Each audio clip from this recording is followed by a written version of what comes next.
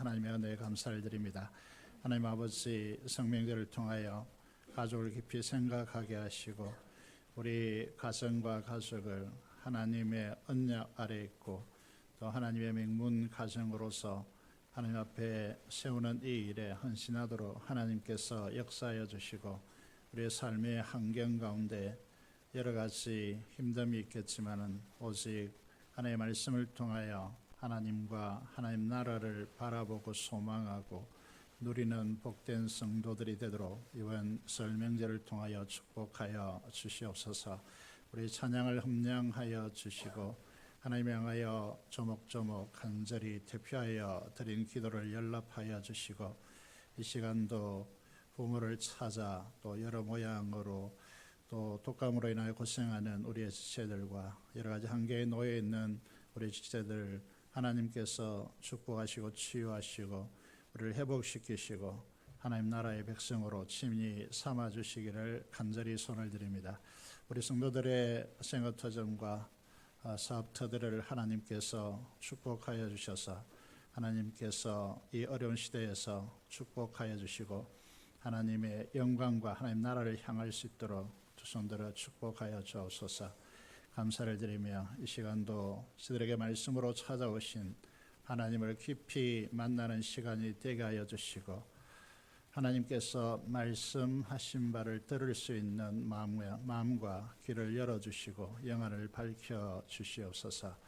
감사를 드리며 우리 주 예수 그리스도 이름으로 기도드리옵나이다. 아멘. 성경 말씀 창세기 17장입니다. 창세기 17장 1절에서 14절의 말씀을 함께 보시겠습니다. 구약 성경 20페이지에 있습니다. 창세기 17장 1절에서 14절의 말씀입니다.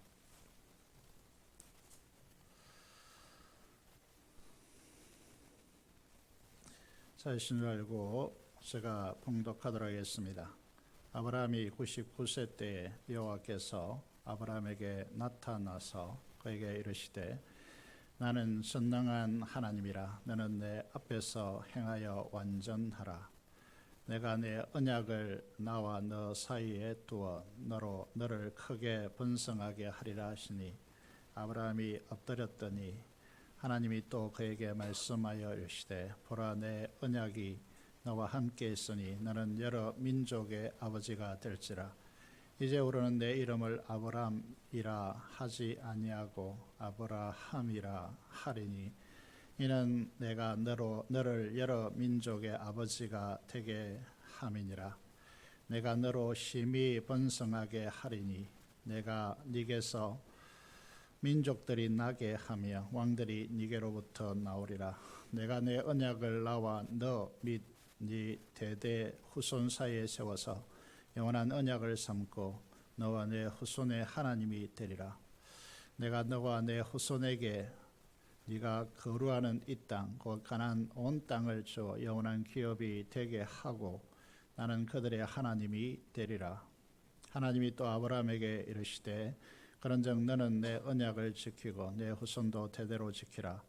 너희 중 남자는 다 할례를 받으라. 이것이 나와 너희와 너희 후손 사이에 지킬 내 언약이니라. 너는 포피를 베어라. 이것이 나와 너희 사이의 언약의 표징이니라. 너희의 대대로 모든 남자는 집에서 난 자나 또는 너희 자손이 아니라 이방 사람에게서 돈으로 산 자를 막론하고 난 지 8일 만에 할례를 받을 것이라.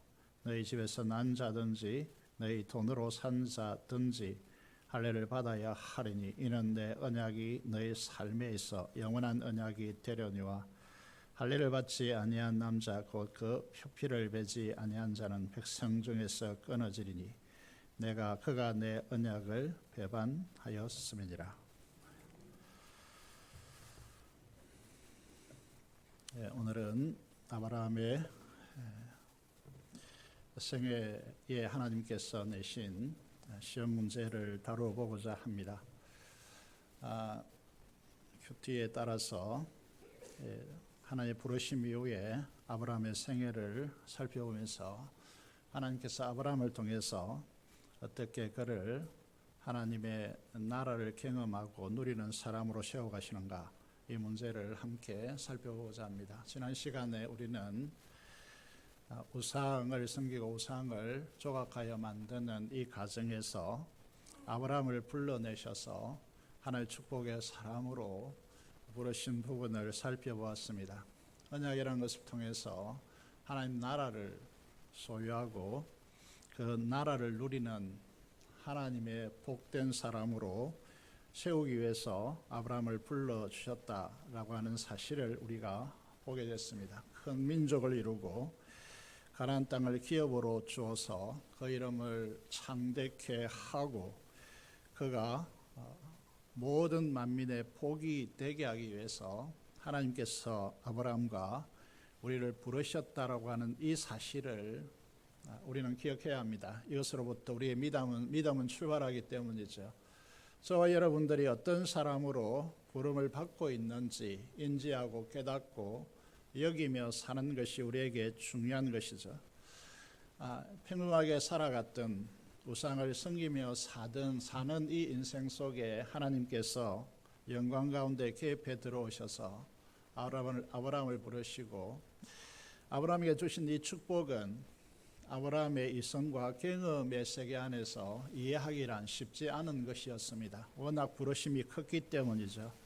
우리도 마찬가지입니다. 우리 인생에 하나님께서 우리를 주님의 십자가 안에서 부르시고 우리를 하나님의 언약의 혜택자로 우리를 세우시고 하나님 나라로 우리를 이제 그것을 누리고 소유하게 하고 그를 전하는 사람이 된다는 것, 이것은 세상 속에서 인지할 수 있는 그런 성격의 것이 아닙니다. 그런 의미에서 하나님은 끊임없이 우리에게 찾아오시고 말씀으로 찾아오시고 우리를 설득해 나가면서 우리 인생의 시험을 내시는 것입니다. 출제를 내시는 것이죠.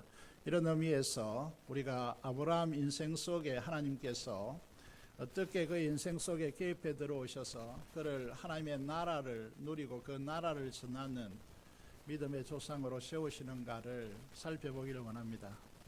첫 번째 시험이 무엇이냐 하면 창세기 12장 전반부를 통해서 이런 부르심을 받았는데 약속의 땅에 왔습니다.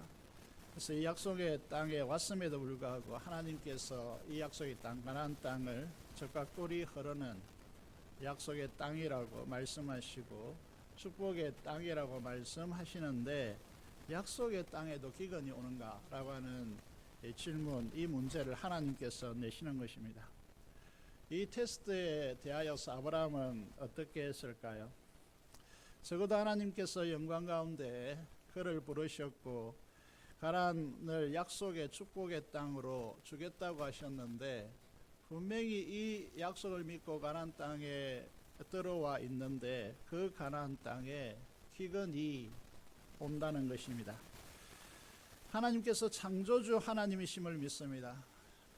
그리고 천지를 주관하시는 비를 내리시고 땅을 축복하시는 분으로 우리가 누구나 다 오늘을 살아가고 있는 우리들도 믿고 아브라함도 이 하나님을 믿고 이 가나안 땅에 왔는데 전능하신 하나님이 축복하신 약속의 이 땅에도 기근이 오는가? 라고 하는 질문을 던지게 되어지는 것이죠. 우리는 이 세상을 살아가면서 이런 문제에 얼마든지 부딪히고 있습니다. 수시때때로 부딪히죠. 우리가 하나님의 자녀인데 우리가 공부하는 문제나 사업을 하는 문제나 직장의 문제나 사람들의 관계의 문제, 이런 어려움에 직면하게 된다는 것이죠. 근데 이 어려움에 직면하자 아브라함은 어떻게 하고 있습니까? 아무런 질문 없이 창세기 12장 10절의 말씀을 보면 그 땅에 기근이 들었으므로 아브라함이 애굽에 거류하려고, 거류한다는 말은 거기서 살려고 거리로 내려갔다. 왜냐하면 그 땅에 기근이 심했기 때문이다. 이렇게 말하고 있습니다. 여러분, 오늘 우리는 이런 문제에 부딪혔을 때 어떻게 하는 것입니까?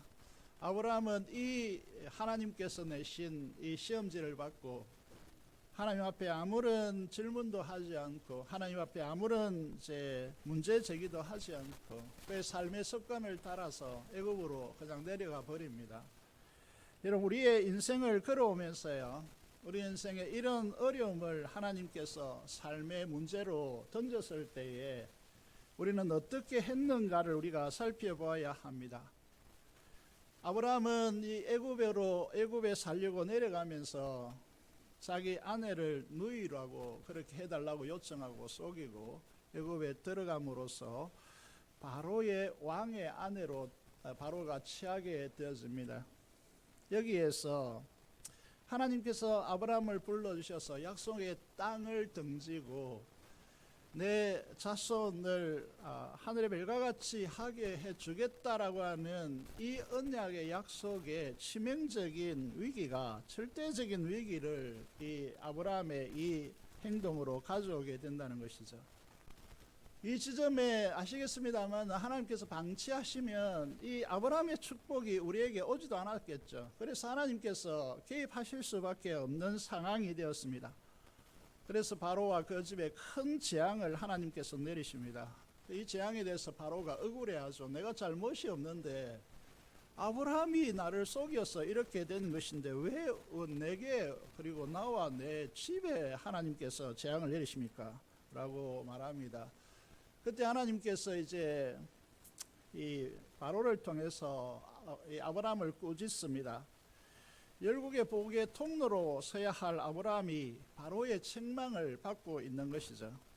하나님 나라의 복의 통로로서 세상에 소망을 주어야 할 아브라함인데 가나안 땅을 떠나고 아내를 누이라고 속임으로 거짓으로 자기 안전을 보호하려고 했습니다. 그러자 복의 통로가 세상의 근심거리로 변질되는 것입니다. 하나님은 바로의 입을 벌려서 아브라함을 책망하십니다. 이 사건을 통해서 아브라함은 언약에로 나오는 믿음의 한 단계를 이제 내딛게 되어지는 것입니다. 오늘 이제 교회를 생각해 보면요, 많은 성도들이 이 언약에 신실하지 못하고 믿음으로 살아가지 않고 이렇게 술수로 살기 때문에 교회가, 기독교가 세상의 책망을 받습니다. 꾸중을 받고 있다는 것이죠. 오늘 이제 아브라함을 통해서 우리의 실상을 보셔야 된다는 것이죠. 우리가 안전을 자기의 지식과 자기의 속임수의 지략을 가지고 이 세상을 대면하면 어떤 현상이 찾아오느냐 하면 세상의 꾸중을 받는 그런 현상이 찾아오는 것이죠. 그래서 오늘 기독교가 얼마나 많은 세상의 책망을 받고 있는지 모르겠습니다. 여러분, 우리가 이런 이제 어려움에 하나님께서 분명히 하나님의 자녀로 선택하시고 우리를 축복하셨는데 우리 삶에 어려움이 오는 것은 하나님께서 주시는 그 언약적 축복을 누리기에 아직 그릇이 안 됐다라고 하는 사실을 인지하고 하나님께 묻고 내 그릇을 어떻게 고치기를 원하십니까? 라고 하는 방식으로 나가야 되는데 그 문제를 회피하고 떠나버리고 또 그 문제를 자기의 술수로 이제 고치겠다, 그 문제를 해결하겠다 이렇게 하는 이런 방식에서 떠나야 한다는 것이죠. 두 번째 이제 문제는 무엇이냐 하면 창세기 13장 17절의 말씀을 보시면요, 자신의 욕망을 위해서 아브라함에게 등을 돌린 조카 롯이 그 당시에 최강대국의 노예로 잡혀갔다면 당신은 어떻게 하겠는가라고 하는 삶의 시험입니다. 여러분, 창세기 14장에 보면요, 세계 최초의 세계 대전이라고 하는 것이 성경에 기록되어 있습니다. 엘람 왕 그돌라 오멜을 비롯한 이제 시날 왕 엘라살, 고임 이런 연합군이요, 이제 가나안 지역의 소돔 왕 베라를 중심으로 해서 고모라, 아드마, 스보임, 소알 이런 연합군과의 이 전쟁이 발발한 것이죠. 이 전쟁의 이유는 이런 것입니다. 15년 동안 엘람 왕 그돌라 오멜에게 조공을 바쳤던 가나안 땅의 소돔 왕이 13년째 자기들이 이제 부유해지고 그 부를 통하여서 권력을 이제 쥐게 되니까 배반한 것입니다. 그래서 이제 엘람 왕 그돌라 오멜로 입장에서는 가만두면 되지 않겠다 해가지고 연합군을 이끌고 가나안 땅으로 진격해 들어와서 전쟁이 발발한 것입니다. 이 그돌라 오멜 엘람이라고 하는 지역, 그 밑에 시날 지역, 이런 지역이 어디냐 하면 동방이라고 했습니다. 그래서 이스라엘 가나안 땅의 동방은 어디냐 하면 아수르와 바벨론 제국이 일어났던 그 지역 전체를 의미하고 있습니다. 엄청난 이제 넓은 지역일 뿐만 아니라 장차 세계를 이제 지배하게 되어질 아수르와 또 바벨론이 일어났던 그 지역의 왕들입니다. 이 전쟁으로 인해서 고돌라오멜이 승리하고 소돔 왕 이 연합군들의 사람들을 포로로 잡아가고 또 물품들을 전리품으로 챙겨갑니다. 이 속에서 조카 롯이 포로로 잡혀간 것이죠. 이 소식을 이제 아브라함에게 한 사람이 와서 전달하게 되어집니다. 그러자 아브라함이 어떻게 합니까? 자기 집에서 길러던 가신들요 318명을 이끌고 이 고돌라오멜 연합군을 쫓아갑니다. 그리고 밤에 기습하게 되어지는 것이죠. 여러분, 이 이제 여기서 우리가 잘 아는 대로 아브라함이 승리합니다. 이건 말도 되지 않는 것이죠. 318명밖에 되지 않는데 이 거대한 그리고 소돔 이 지역의 연합을 다섯 나라가 연합해도 이기지 못했던 이 엘라만 고돌라오멜 연합군을 어떻게 이 318명이 이깁니까? 이건 말이 되지 않는 것입니다. 그래서 이제 이게 속담 그런 속담이 있죠. 계란으로 바위 치기다고. 계란으로 바위를 깨트리는 그런 이제 일이 오늘 이제 아브라함이 이 고돌라오멜 엘람 왕의 연합군을 이제 이기고 롯을 찾아고 그 전리품을 챙겨온 사건입니다. 여러분, 이렇게 이제 승리하고 돌아오는 길에 누가 아브라함을 만납니까? 두 사람이 아브라함을 만납니다. 첫 번째 만난 사람이 누구죠? 살렘 왕이요. 살렘이라는 것은 평화의 나라라는 뜻이고 살렘 왕 멜기세덱이 아브라함을 첫 번째 만납니다. 이 멜기세덱의 이제 신약 히브리서에서도 또 이렇게 진술되어지는 것인데요. 여러분, 이건 이제 정말 신비할 정도로 지극히 높으신 하나님의 제사장이다 이렇게 일컬음을 받고요. 이 받는 살렘 왕 멜기세덱이 아브라함을 만납니다. 그에게 이제 먹을 것을 가져왔어요. 그를 축복합니다. 어떻게 축복하고 있습니까? 천지의 주제시요 지극히 높으신 하나님이 아브라함에게 복을 주옵소서라고 그렇게 하나님 앞에 기도하고 있습니다. 여러분, 이 내용을 보면서요, 우리가 이제 이 하나님의 제사장이 아브라함을 축복하는 것이니까 이 축복의 내용을 보시면요, 천지의 주제라고 하는 말이 천지 이 우주의 통치자라고 하는 뜻입니다.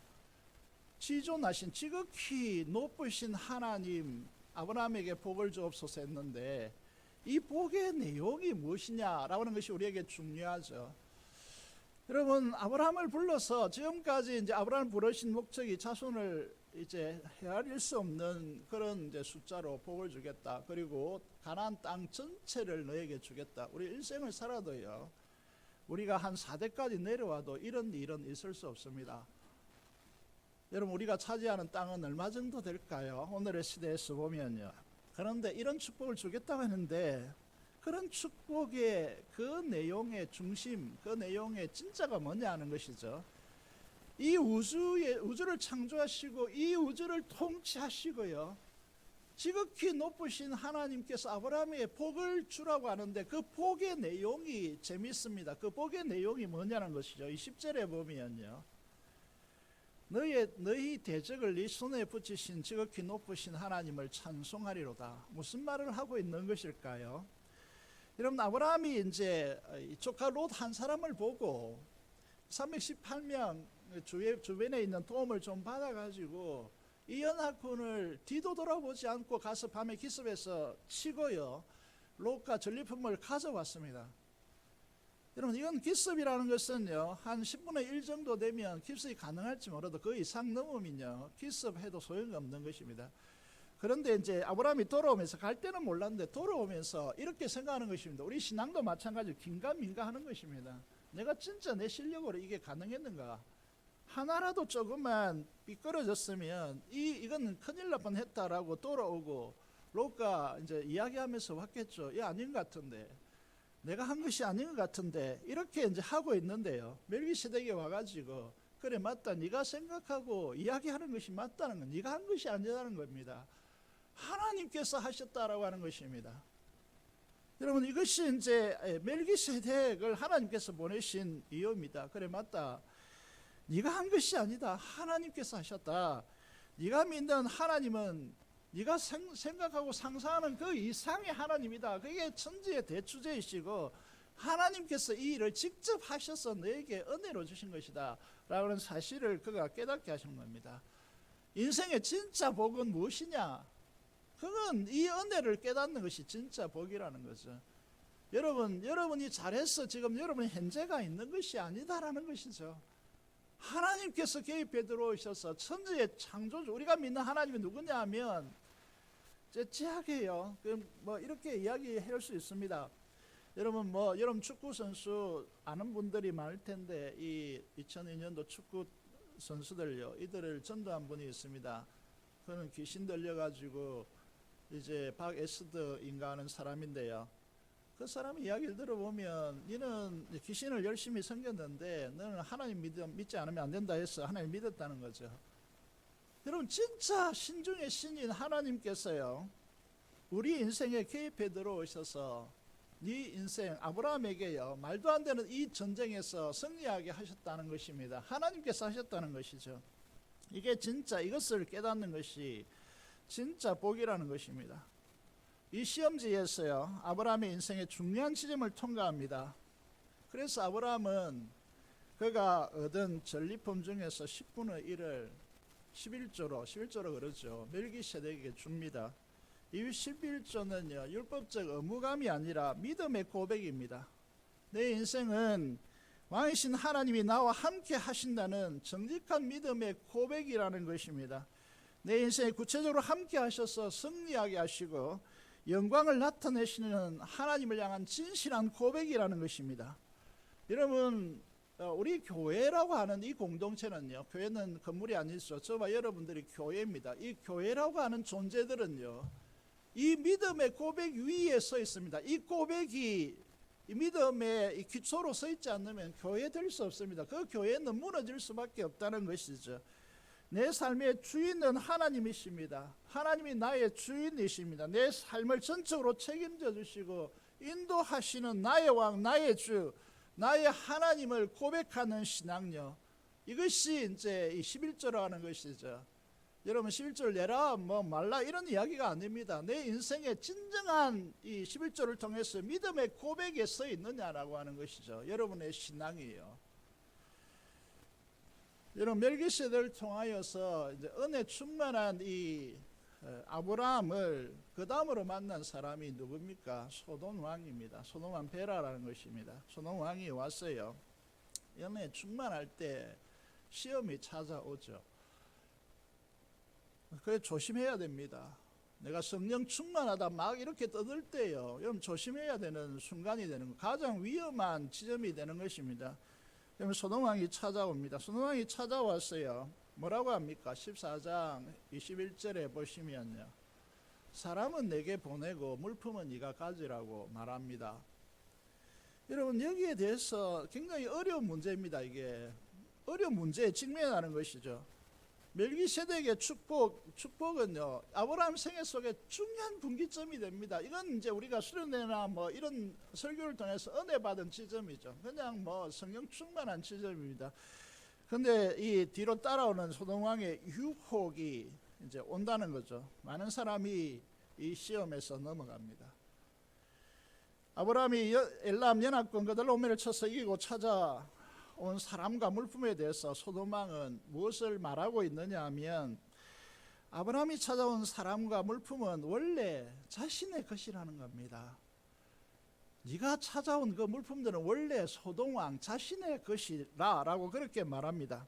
그렇기 때문에 너는 사람은 내게 보내고 물품은 네게 주겠다라고 하는 것입니다. 솔깃한 제안이죠. 왜냐하면 아브라함은 국가를 형성하는 것도 아니고 힘도 없기 때문에 소돔 왕은 절대적인 이제 부와 물질과 부와 권세를 가지고 있는 것이죠. 그런데 그에게 보장하겠다는 거예요. 물품에 대해서 보장하겠다는 것입니다. 세상은 늘 이렇게 선심을 쓰는 듯 하지만 자기 이익을 따라 움직이는 이제 자세를 취합니다. 이 소돔왕의 제안에 대해서 좀 생각해 볼 필요가 있겠죠. 소돔은 부유한 도시였습니다. 물이 풍성했고요.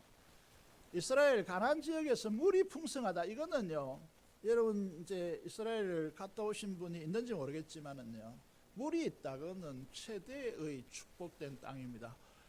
이제 거기에 뭐 숲이 우거지고요, 말할 것도 없이 그런데 물이 거의 없죠. 그런데 이 소돔 지역에요, 물이 풍부합니다. 초원이 펼쳐져 있죠. 사람만 있으면 이 물품은 아무것도 아니다는 생각을 이제 이 소돔왕은 하는 것입니다. 그래서 그건 얼마나 우리가 사람을 통해서 일으킬 수 있고 또 부유하게 될 수 있다라고 생각하기 때문에 이런 제안을 하는 것입니다. 그래서 이렇게 말하는 것이죠. 사람을 내게 보내라. 너도 좋고 나도 좋지 않느냐라고 그렇게 말하는 것입니다. 이것이 왜 최대 유혹입니까? 멜기세덱을 만나지 않았다면 소돔 왕 베라가 제안하는 이것을 당연하게 받아들였을 것입니다. 그렇게 된다면 천지의 대주제가 되시고 하나님께서 행하시는 것이고 모든 것은 하나님께로부터 왔다는 신앙의 고백이 무너지는 것입니다. 믿음의 고백이 무너지고 인간 소돔에게, 왕에게 속하여서 물질적인 필요는 소돔 왕에게서 구걸해야 되는 상황이 변질되게 찾아오는 것입니다. 삶의 전 영역에 하나님이 아니라 육과 육의 분리로 물질적 축복은 세상으로부터 온다, 소돔 왕으로부터 온다고 여기고 소돔 왕에 매여서 온갖 방식으로 소돔 왕에게 아첨하는 삶의 길을 걸어갈 것입니다. 다시 말해서 신앙이 통합되지 않고 이중적인 분리 현상이 일어나는 것입니다. 우리 영혼과 마음의 위로를 받는 종교로 전락되는 것입니다. 삶의 전 영역에 하나님께서 주가 되지 못하고 그분이 통치하시고 그분이 모든 것의 주가 되신다라고 하는 이 고백이 무너지는 것입니다. 그렇게 되면 점차로 하나님의 언약에서 벗어나 버립니다. 그래서 아브라함은요, 창세기 14장 22절에서 23절에 단호하게 거부합니다. 천지의 대주제가 되신다라고 하는 이 문제를 그가 이 시험을 통해서 통과했기 때문에 실 한 오락이나 덜맨끈, 그러니까 신발을 묶는 끈 하나 한 가닥도 내가 가지지 않겠다라고 그렇게 고백하게 되는 것입니다. 여러분, 우리 신앙에 이것이 형성되어 있나요? 하나님을 어떻게 여러분은 바라보고 있습니까? 모든 것을 하나님께서 주가 되시고 그분으로 온다라고 하는 이 믿음의 고백을 우리가 가지고 있습니까?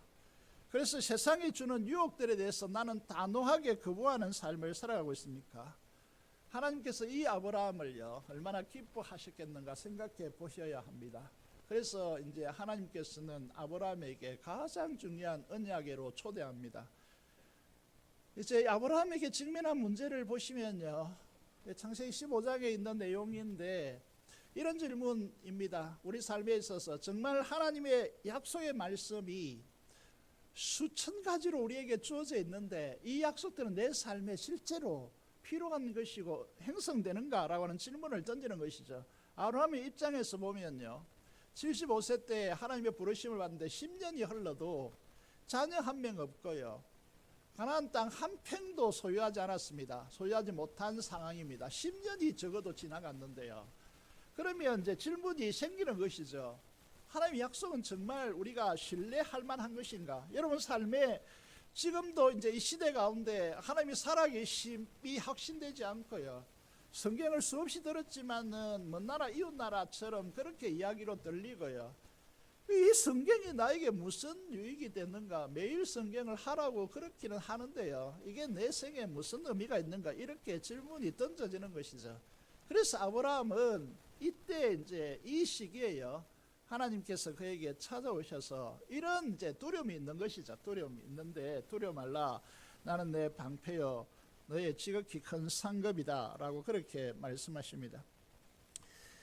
여러분, 아무리 신앙 고백을 하고요, 단호하게 이게 소돔 왕이 이렇게 유혹하는 것에 단호하게 거부하고요, 그렇다 할지라도 현실은 만만치 않습니다.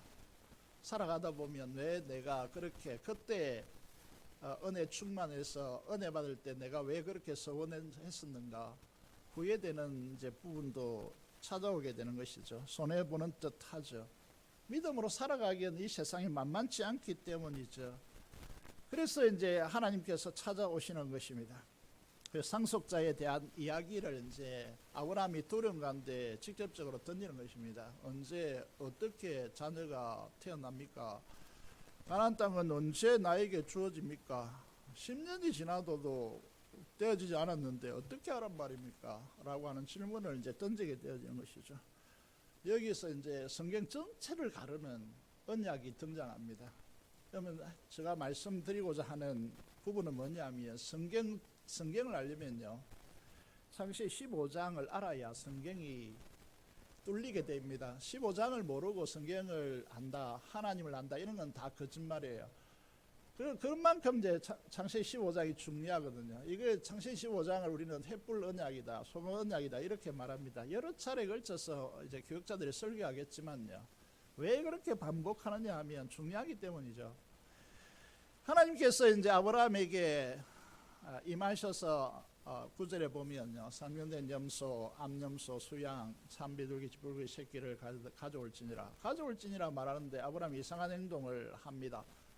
그 고기를요, 이제 새들은 쪼개지 않고요, 상련된 암소, 암염소, 수양 이런 것들 반으로 딱 쪼갭니다. 갈라서요, 반으로 쪼개서 마주보게 하고 그 중앙에 길을 만듭니다. 이상한 행동을 하죠. 이 이상한 행동을 하는 것은 그 당시에 이제 히타이트 족속 언약 때문이거든요. 이 헷 족속 히타이트 족속입니다.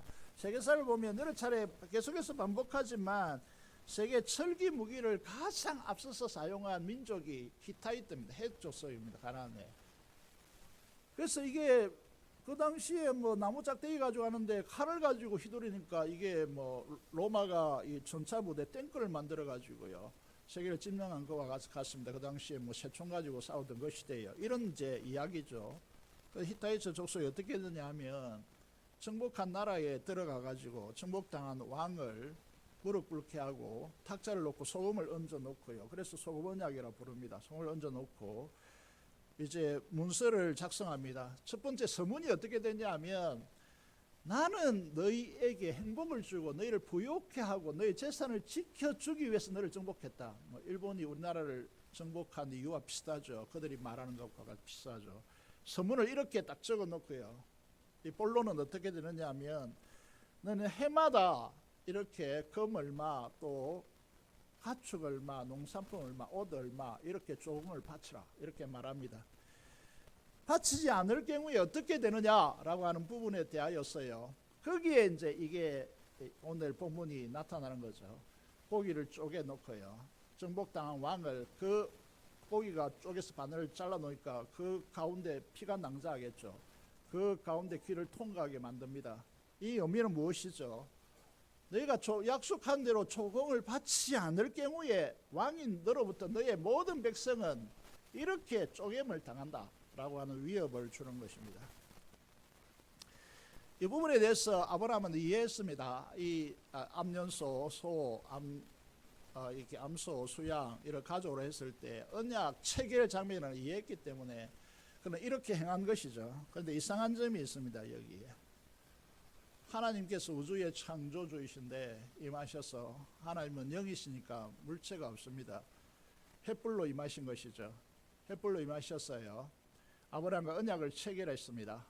그리고 중요한 것은 이 언약에서 누가 통과해야 됩니까?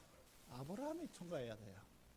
아브라함이 이 언약을 지키지 않을 때에 이 쪼개임을 당한다는 의미가 이 언약의 체결 방식입니다. 그런데 아시다시피 누가 통과합니까? 횃불로 임하신 하나님께서 그 쪼갠 고기 사이로 통과하십니다. 여러분 하고 있는데, 자신이 이제 지나가려고 하고 있는데 하나님께서 횃불로 임하셔서 하나님께서 통과하신 것입니다. 이 언약은 그랬어요. 이 언약을 이해해야 된다는 말은 어떤 말이냐 하면, 우리가 순종해서 이 언약이 이루어지는 것이 아닙니다. 하나님께서요, 이 언약이 지켜지지 않을 때 하나님께서 죽겠다는 것입니다. 그 방식이 그게 뭡니까? 성자 하나님께서 이 땅에 오셔서 십자가에 죽으시는 사건입니다. 그래서 이 언약이 성취되는 방식을 하나님께서 처음부터 가지고 계신다는 것이죠. 여러분, 우리의 신실하지 못함, 또 아브라함의 신실하지 못함으로 하나님께서 죽으시는 방식으로 이 언약을 성취한다는 겁니다. 이게 성경입니다. 이걸 이해해야 이게 성경이 보인다는 것이죠. 여러분, 이 언약 안으로 아브라함을 부르시는 것입니다. 아브라함은 이 부분에 대해서 임팩트를, 감동을 받았지만은요, 이해가 안 되는 겁니다. 이해가 안 되죠. 여러분, 이해됩니까? 이게 오늘 이 시대 예수 그리스도 십자가에 죽으신 그 사건을 인지하고 있는 이 시대도 이해가 되지 않는데 아브라함이 이해됩니까? 그 다음에 86세가 되었습니다. 꿈쩍도 세상 하나님께서 이렇게 임하셨는데 뭔가 우리 눈에 보여야 안 됩니까? 그죠? 기적이 일어나야 하고 우리 눈에 팍팍 무슨 역사가 막 일어나야 되는데 아무 일도 일어나지 않습니다. 그래서 이제 사례부터 움직이죠. 86세 때 말이죠. 종 하갈을 통해서 아들을 낳는 인간적인 방식을 선택합니다. 이것으로 인해서 오늘날도 중동 사태가 끊이지 않죠. 13년이 그렇게 흐릅니다. 13년 동안 하나님 침묵하십니다. 13년 동안 아브라함에게 나타나지 않았습니다. 그리고 99세가 되고 아내 사레가 89세가 되는 그때는 이제 문제가 얼마나 심각하냐 하면 사라의 월경이 중단되었습니다. 아이가 예인으로 봐서는 가질 수 있는 퍼센트가 0%죠. 그죠? 17장 1절에 하나님께서 임하십니다. 어떤 하나님으로 임하셨냐면, 나는 17장 1절 오늘 본문이죠. 뭐라고 합니까? 하나님께서 나는 전능한 하나님. 이 말은 네가 나의 전능함을 믿느냐는 거예요. 전능함. 여러분, 전능하신 하나님 믿습니까? 기도하면 응답하시는 전능하신 하나님을 믿고 계신가요? 하나님께서 말씀하십니다. 전능한 하나님이다. 너는 내 앞에 행하여 완전하라. 이 말이 무슨 말일까요? 인간의 방식으로 하갈을 낳고 이런 짓을 좀 제발 하지 말라는 것입니다. 언약의 신실함을 믿고 전능하신 하나님께서 12번 3년 동안 침묵하시면서 나타나셔서 하시는 말씀이 뭡니까? 너는 내 앞에 행하여 완전하라고, 언약의 신실함을 믿으라고 이렇게 말합니다. 지금 13년 동안 아브라함이요, 지금 긴 세월 동안에 75세 10년 동안 없었고 또 이스마엘을 취하여서 13년이 흐르는 시간 가운데서 이 기간 동안 자기 만족에 빠졌어요. 소소한 행복에 안주하고 있습니다. 현대적으로 좀 바꾸면 어떻게 되겠습니까? 저는 커피를 좋아하지 않지만은 커피를 좋아하는 분들이 하도 많으니까요. 이렇게 설명해 보죠. 커피를 핸드 드립으로 내려놓고 커피 향기를 맡으면서요. 이 명절이잖아요, 그죠? 이 명절에 여유를 가지고 인생의 소소한 의미를 발견하고 내가 지난날에 행한 여러 가지 사연들 속에서 자녀들을 보면서 보람도 느끼고 재미도 느끼면서 살아갈 수 있잖아요. 그런데 교회만 오면 두드려 팹니다. 그렇게 살지 말라고. 이런 소소한 행복도 누리지 말라고 하십니까? 항변할 수 있겠지만은요, 하나님께서 아브라함에게 99세에 한 가정의 아버지로서 종을 통해 낳은 이스마엘을 통해서요, 인생의 의미를 두고 인생의 경험들과 이런 것들에 대하여서 사람을 만나서, 이 당시 아브라함은 거부였습니다. 그 보람을 느끼고 살아가는 이 삶이 지극히 당연한 삶이라고 여기고 있는데요, 하나님께서 임하시는 것입니다. 네가 지금 만족하고 누리고 있는 소소한 이 행복, 여기에 만족해서는 안 된다, 그렇게 말하는 겁니다. 17장 2절에 보시면요, 네가 생각하고 있는 언약이라는 것이 뭐냐 하면, 너와 나 사이에 언약을 체결한 이유, 너로 하여금 크게 번성하게 하겠다, 이보다 100배 1000배로 더 복되게 하겠다라고 말씀하시는 것입니다. 그래서 구체적으로 세밀하게 이제 이 사실을 인지시키기 시작합니다. 아브라함인데 한 가정의 아비로 소소하게 살아가고 만족하고 있는 인생인데 그의 이름을 뭐라고 바꿉니까? 열국의 아비로 아브라함으로 바꾸십니다. 사례를 열국의 어미 사라로 이렇게 바꾸십니다. 그래서 천주교가 세례명을 이름을 바꿉니다, 여러분. 근데 우리의 이제 상황에서는 그렇게까지 하지 않겠지만은요, 여기에 어떤 의미가 들어 있는가는 아셔야 됩니다. 우리가 소시민적으로 뭐 공부 조금 공부하고요, 또 이런 뭐 사업을 하든지 직장에 대한 돈을 벌여서 자녀를 낳고요, 이 소소한 행복에 젖어서 커피 드립으로 내려놓고 한 끼 맡으면서 그래도 내 인생은 괜찮지 않는가? 명절에요. 이렇게 젖어들 수 있잖아요.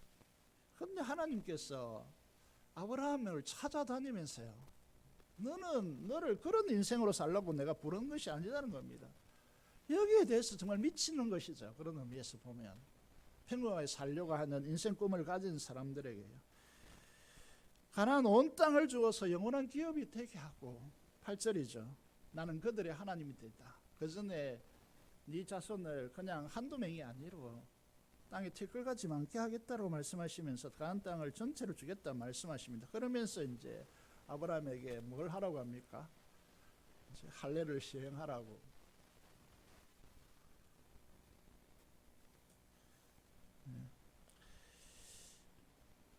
제 19-1로 좀 바꿔 들어가셔서요, 다음 화면을 좀 띄워주시면 좋겠습니다. 우리 인생을 보시면요, 자, 하나님께서 어떻게 우리와 싸우셔서 우리를 결국 하늘의 복을 가진 사람으로 만드시는가를 우리가 보셔야 한다는 것이죠. 그래서 교회가 도대체 뭘 하는 곳인가, 이걸 보셔야 된다는 것이죠. 나의 능력, 나의 방법으로 이스라엘을 만들어내고요, 얻고요, 그것을 통해서 소소한 의미와 재미로 살아가는 방식을 이제 우리가 선택하여 살아가고 있는데, 하나님께서 찾아오셔서 말씀을 통해서 계속해서 이걸 깨부수는 겁니다. 계속해서 말씀으로 우리를 부르시는 겁니다. 그래서 이거를 증거로 가지라고 말씀하시는 것이죠. 그래서 그러게 이제 할례라고 하는 부분, 이거를 이제 하시는 것입니다. 명령하시는 것이죠. 이제부터는 너희가 자신의 능력, 자신의 지혜, 자신의 수단, 자신의 방식을 다 끊어내고 하나님의 전능하심과 전지하심을 믿고 그 약속대로 사는 존재로 결단하라는 것이 할례이라는 것이죠. 하나님께서 아들을 십자가에 죽이시면서까지 우리를 하나님의 나라로 부르시는 이유에 대해서 여러분 절절히 우리에게 다가오는다는 것을, 이게 안 되기 때문에요, 하나님 말씀이 의미 있는 것이죠. 내 지식, 내 능력요, 내 경험의 힘으로 충분하니까 제발 목사님, 부모, 아버지, 어머니, 교사요, 선생님들, 목자, 이 사람들 제발 내게 좀 간섭하지 마세요. 하나님 말씀으로 내 생애에 더 이상 안 개입해 들어도 나는 충분히 행복하고 살아갈 수 있잖아요. 그렇게 말하면서 버티고 있는 것이죠. 지금으로 충분합니다. 거부하고 계시지는 않습니까? 이런 인생을 살려고 성자 하나님이 죽으신 것이 아니잖아요. 그래서 우리를 계속해서 속된 표현으로 하면 괴롭히는 거죠. 말씀으로 계속 부르는 겁니다. 하나님께 찾아오시는 거죠. 그만하면 됐다라고 우리는 하는데 왜 이렇게 할까요?